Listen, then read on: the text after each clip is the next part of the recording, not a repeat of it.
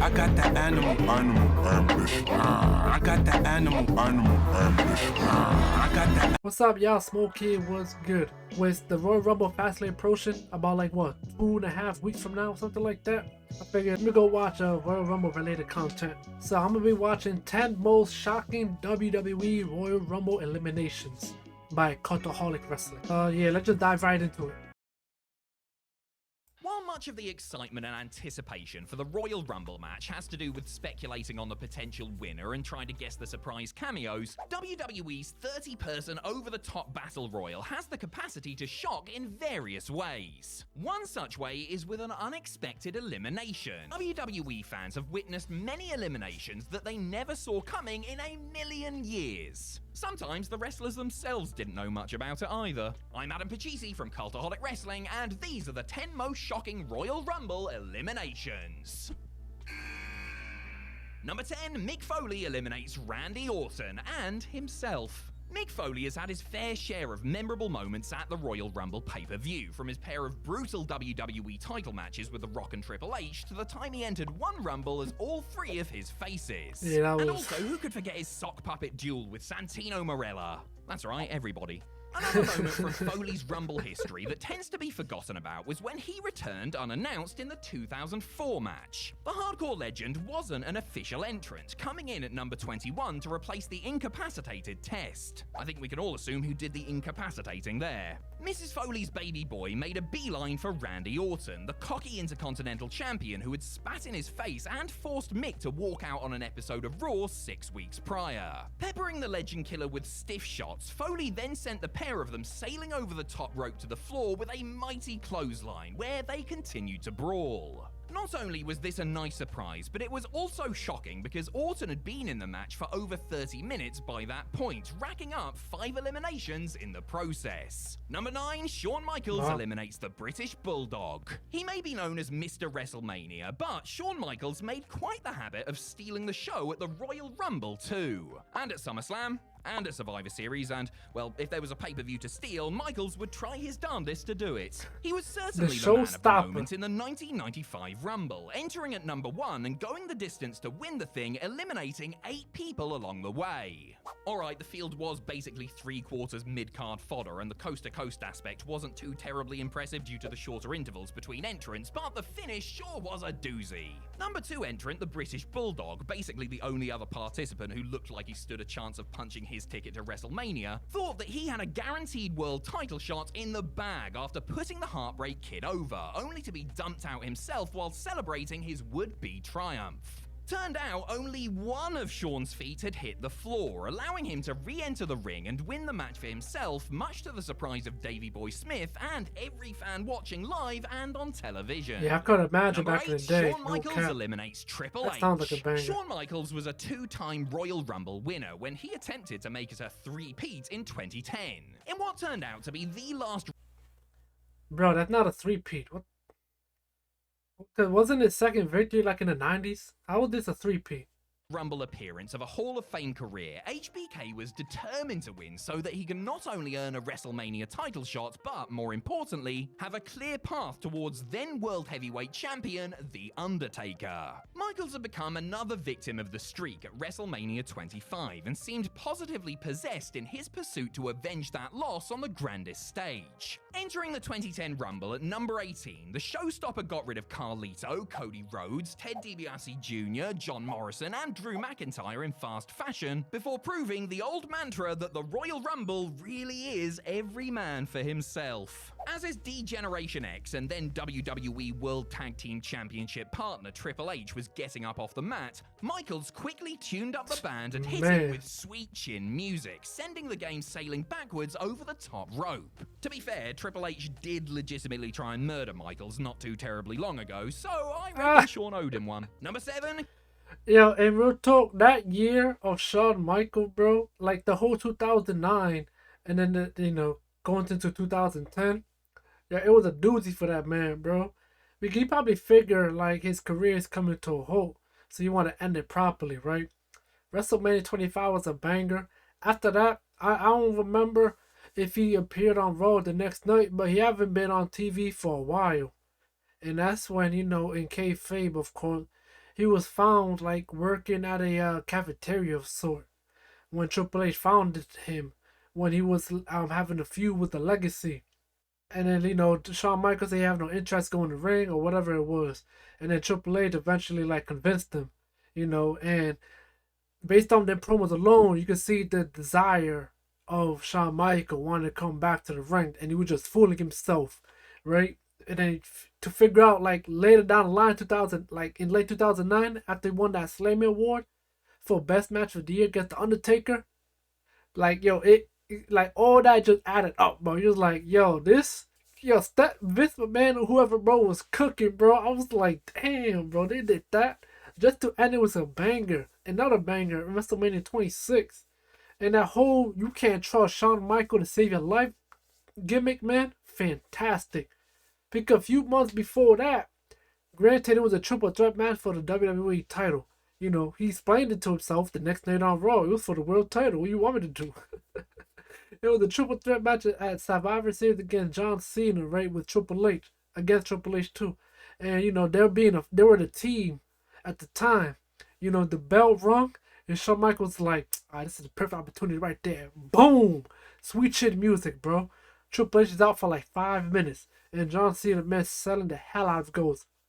I was like, damn, bro, that match was good too, no lie. That whole theme, bro, was just, my gosh, bro, it was perfect, bro. Kane eliminates Santino Marella. Kane has quite the history when it comes to the Royal Rumble match. And to be honest, he ought to, because the WWE Hall of Famer has been in 20 of them, which is by some distance more than any other wrestler in history. His best showing was in 2001, where the Big Red Machine put in one of the great individual Rumble performances from number 6, eliminating a then record 11 men before finishing runner-up to Stone Cold Steve Austin. Damn. It was the closest he got to winning the whole thing, he was that close. The future mayor of Knox County wasn't done setting records. In 2009, Kane set a practically unbeatable time for fastest ever elimination when he clotheslined the luckless Santino Marella out in 1 single second. Before that, the holder of the dishonorable distinction was the Warlord, who was hulked out of the 1989 Rumble in just 2 seconds. Not many would have expected the comedic Milan Miracle to win the match or anything, but even fewer would have predicted his incredibly hasty exit either. Number 6. And based on his character, he was the perfect dude, bro, to get that record of 1 second, bro. He's comedic than anything, and the way they portray him in the ring, he's like, he's not that good compared to others. Real life, he got an MMA background and stuff, So it would be cool to see him play a serious role, bro. That gimmick is just sticking with him, like, till he dies, bro. Because I remember when he came back to pro wrestling, Impact Wrestling, no less. I don't know if he's still there, but he came back with that Santino Marella gimmick. So that's cool. I remember when he was, like, the second last person in 2012, he just received a enormous pop, bro. When he snuck up behind to eliminate or attempt to eliminate Alberto Del Rio. Like, if he won that Rumble, bro, I know there would have been a big changes to his character. Cause ain't no way you're going to WrestleMania like that. Goldberg eliminates Brock Lesnar. Given the way Goldberg routinely smashed through the opposition in his prime, winning the Royal Rumble must have seemed like a piece of cake when he entered his first one in 2004. He looked good value for it too, entering from the coveted number 30 position and duly 86ing Charlie Haas, Billy Gunn, and Nunzio. However, an interfering Brock Lesnar snuck in and nailed Goldberg with an F5, leaving to man easy pickings for Kurt Angle, who slung him over to end his fleeting flurry. 13 years later, the former WCW World Heavyweight Champion sought vengeance on the Beast Incarnate. Goldberg had improbably... Wait, time out. Why is he glossing over WrestleMania 20? I seen matches on WrestleMania 20. I didn't see that match in particular. I heard it was not good, so why would I want to watch it? You know what I mean? Great, everybody have different opinions, but the majority is, that match is not good. So I'm like, alright. He returned to WWE at the 2016 Survivor Series, where he trounced Brock in a one-sided squash match main event. Yeah, that was Anyone wild, thinking Lesnar might make things right in the Rumble was in for a rude awakening, because after Brock had tossed Dean Ambrose, Dolph Ziggler, and Enzo Amore, Goldberg came out, hit a spear, and then sent Brock backstage for an early shower. Not only was it shocking to see one of the odds-on favorites get eliminated anyway, but the relative ease with which it was done was unprecedented. Number 5, Steve Austin eliminates Bret Hart. Stone Cold Steve Austin was a man on a mission heading into the 1997 edition of the Royal Rumble, which just so happened to take place in his home state of Texas. The 1996 King of the Ring winner was hot and would only get hotter on the back of his performance here. Entering at number 5, the Texas Rattlesnake tied the elimination record with Hulk Hogan's 1989 effort by getting rid of 10 men. These included Owen Hart, Jake Roberts, Vader, and The Undertaker, before finally seeing off Bret Hart to win the match. Austin eliminating the Hitman wasn't especially shocking in and of itself, but the manner in which he went about it certainly was. And that's because Bret had actually eliminated Austin first. However, the referees were otherwise occupied and missed it, allowing Austin to sneak back in undetected and eject the excellence of execution.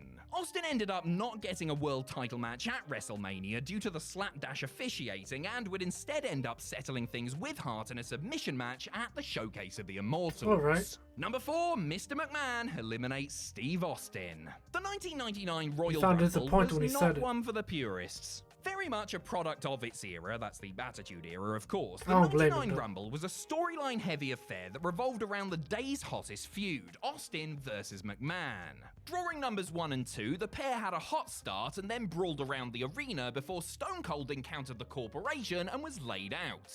He managed to return to the fold, obviously, and all told eliminated 8 people before it got down to where it all started, Austin versus McMahon. The smart money would have been on the Bionic Redneck scoring his 3rd Rumble win on the bounce, and that looked very much to be the case after a Stone Cold Stunner. But that was evidently the cue for world champion The Rock to make his presence felt, distracting his arch-rival enough to allow the genetic jackhammer to bundle Austin over the top. Mr. McMahon had won the Royal Rumble with his sole elimination of the contest, after spending much of it either getting a mud hole stomped in him or providing commentary from the announce desk. Number 3, Sid Justice eliminates Hulk Hogan. Having won the 1990 and 1991 Rumbles, Hulk Hogan was the favourite to make it 3 in a row in 1992, which is the first time the match was contested for the World Championship. The odds of the Hulkster walking away with the gold seemed to increase when he entered at number 26. Hogan canned The Undertaker and the Berserker before joining forces with Sid Justice to oust the Warlord.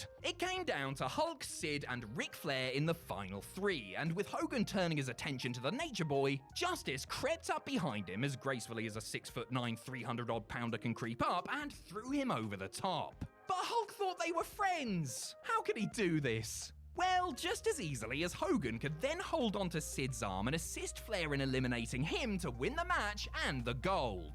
Totally normal babyface behaviour from Mr. Prayers and Vitamins there, eh? Even though, like Alan Partridge, Hulk Hogan had the last laugh, his elimination at the hands of the master and ruler of the world was truly shocking at the time. Number 2, Batista and John Cena eliminate each other. The 2005 Royal Rumble felt like a real changing of the guard, with many of the old lads missing and the new generation of ruthless aggression stars taking center stage. Chief among them were John Cena and Batista, 2 developmental success stories whose popularity had skyrocketed in recent months. It came down to the Animal and the Doctor of Thugonomics in the end, with the outcome finely balanced. Very finely balanced as it turned out. As Big Dave attempted to hoist Big Match John up for a big old powerbomb, their timing was off, and their collective weight sent them both careening backwards over the top rope, where they rather luckily hit the ringside mat at the very same time. Bro, real talk, that gotta be one of the finest botches in WWE history, if not one of, because they really hit the mat like that. They replayed it, but it was the same exact time, bro. It was like, lucky, because this was not the scheduled finish. The bungled spot led to confusion, panic, and soon enough, an enraged Vince McMahon marching toward the ring to set things right, and then tear his quad while furiously attempting to get in. But if I was, and I know this was the case for them, Me personally, bro, I'd be lost as hell. I'd be like, why are they sitting down? Oh my gosh. My mind, bro, would have been spinning out of control. To the ring. After instructions were relayed to the players involved, Batista managed to win the match as planned. For a minute there, though, nobody knew what the hell had happened, and the wrestlers, referees, and commentators didn't know what the hell to do. In real talk, I wish they would have continued at the sudden deaths. I wish they would have lasted like at least 2 minutes. I think Batista just eliminated him right after just to get the show over with. Number 1, Maven eliminates The Undertaker. Oh, the man. winner of the very first season of Tough Enough, Maven was only a handful of matches into his pro wrestling career and was actually toiling in developmental when he got the call that he would be entering the 2002 Royal Rumble as a surprise. The rookie wasn't in the match long, but boy oh boy did he make a lasting impression. Drawing number 11, the only man waiting for him in the ring was The Undertaker, who had come in 3 places before him and gotten rid of Rikishi, Goldust, Al Snow, Billy Gunn, and both the Hardy Boys. Damn, Things did not look good for Maven, and there were no gasps of disbelief when he ran straight into a big boot. However, a distraction by Lita and an attempted revenge beatdown by Matt and Jeff gave the Greenhorn enough time to recover and hit a distracted Deadman with the one move, a dropkick, he knew how to do well, sending him over the top rope. It was all executed and sold perfectly, giving Maven a career-defining moment and enough cultural capital to one day outdraw Cultaholic Wrestling on YouTube.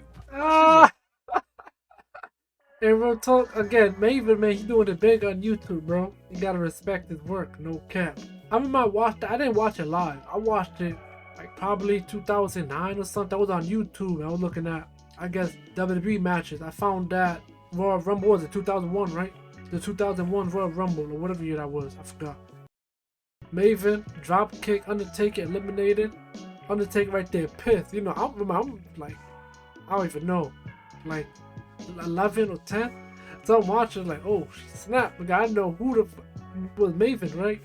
Funny enough, he was a new guy, you know, and I'm just like, I think he got back in the ring, eliminated Maven, but afterwards though, he beat that ass, bro, all over the arena. Oh, I can't forget when he grabbed his hand and just smashed his head through the popcorn maker. I was like, damn, over in the and we want to call it the corridor, I guess. Yo, I was like, my gosh, man. I couldn't believe it. I was watching. I was like, yo, that guy got beat. Now, Royal Rumble, man, it could be entertaining though, no lie, when executed perfectly. Then you guys are watching. Peace, I'm out.